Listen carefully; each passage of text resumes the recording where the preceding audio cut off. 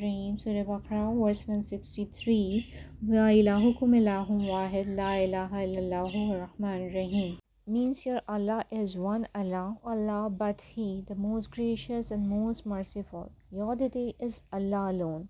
There is no deity save the all beneficent and all merciful Allah.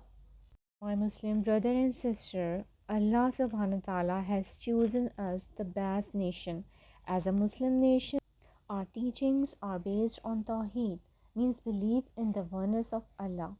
If our beliefs is incorrect, then no good deeds will benefit us.